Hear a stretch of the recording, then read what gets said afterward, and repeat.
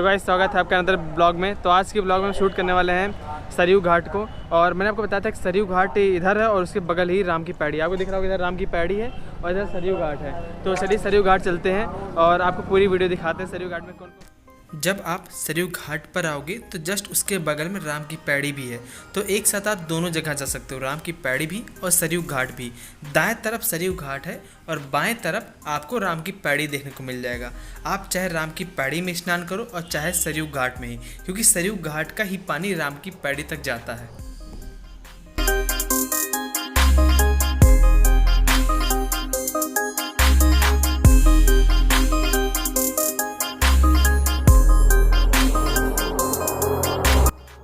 सबसे बड़ी बात आप लोग को बता दूं कि अगर बरसात के मौसम में आप सरयू घाट में स्नान करने आते हैं तो आपको सतर्क रहना होगा, क्योंकि इस समय सरयू घाट का जल स्तर काफ़ी ज़्यादा बढ़ जाता है।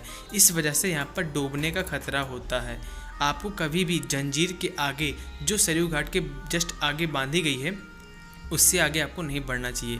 इसके अलावा आपको बता दूँ कि यहाँ पर कई घाट हैं सरयू नदी पर, तो सबका अलग अलग महत्व, सबका अलग अलग नाम है। जैसे कि लक्ष्मण घाट, कई घाट, ये सब घाट सरयू नदी पर विराजित हैं। इसके अलावा आपको यहाँ पर शिवलिंग की मूर्ति देखने को मिल जाएगी भगवान शंकर की। ये हर घाट पर स्थापित की गई है। लोग यहाँ पर जल भी चढ़ाते हैं।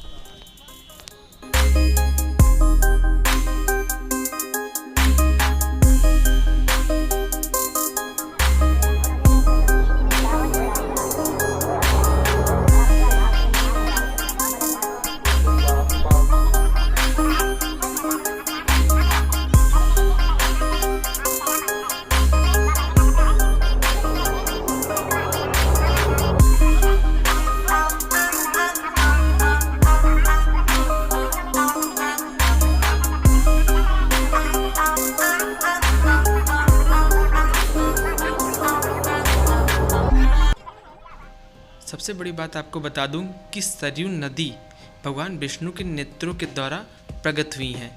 इस सब का उल्लेख पुराणों में तथा रामायण की यात्रा कांड में उल्लेख किया गया है।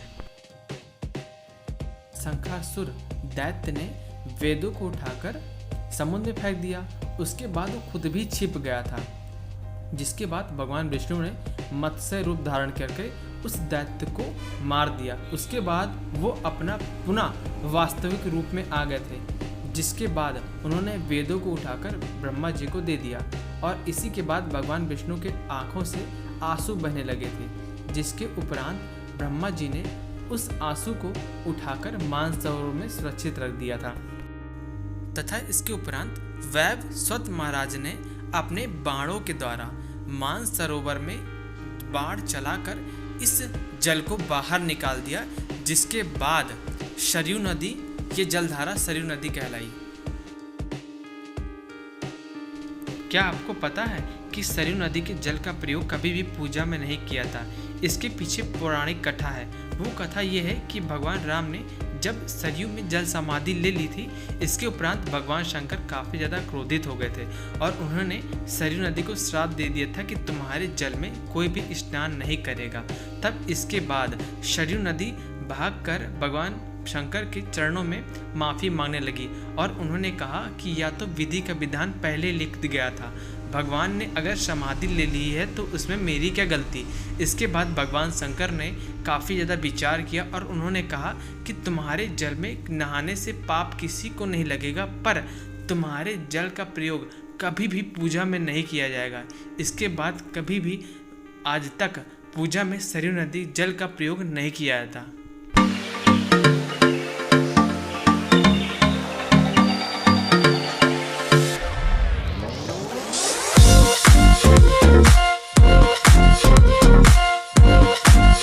अगर आप सभी लोग सरयू घाट आना चाहते हो या फिर राम की पैड़ी आना चाहते हो तो आप लोग के लिए सबसे अच्छी टाइम है 5 बजे से 8 बजे तक। ये ऐसा टाइम है जिसमें आप लोग को काफ़ी ज़्यादा अच्छा लगेगा। और शाम का सरयू की आरती जो होती है वह 6 बजे से शुरू होती है। तब आप लोग यहाँ पे सरयू जी की आरती भी देख पाओगे। इसके साथ साथ यहाँ पर आपको काफ़ी ज़्यादा अच्छा लगेगा, जो आपके मन को काफ़ी बेहतर लगेगा। वो 5 बजे से 8 बजे की टाइमिंग होती है।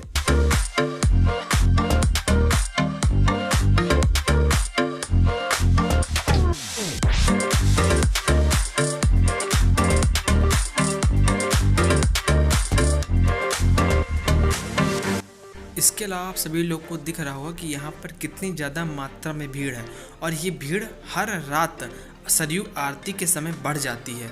तो आप लोग को काफ़ी ज़्यादा अच्छा लगेगा जब आप इस टाइम पर आओगे 5 से 8 बजे की टाइमिंग पर।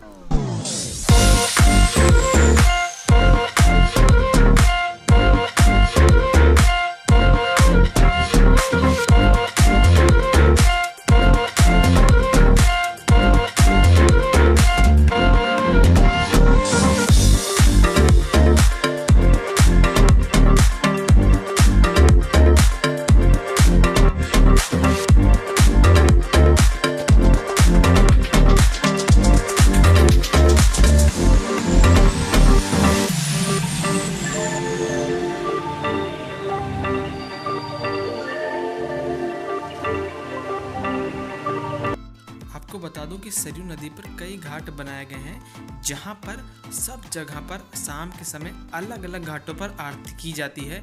जैसा आप लोगों को वीडियो में दिख रहा होगा कि अलग अलग घाट पर आरती हो रही है। इससे पहले मैं पिछले घाट पर था, अब ये आगे अलग घाट है तो यहाँ पर भी आरती हो रही है।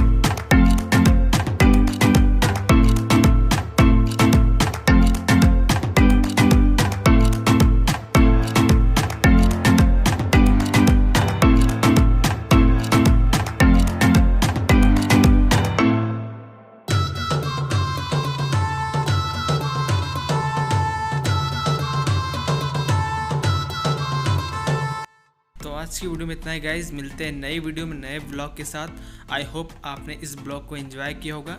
अगर एंजॉय किया तो सब्सक्राइब करो। Thank you.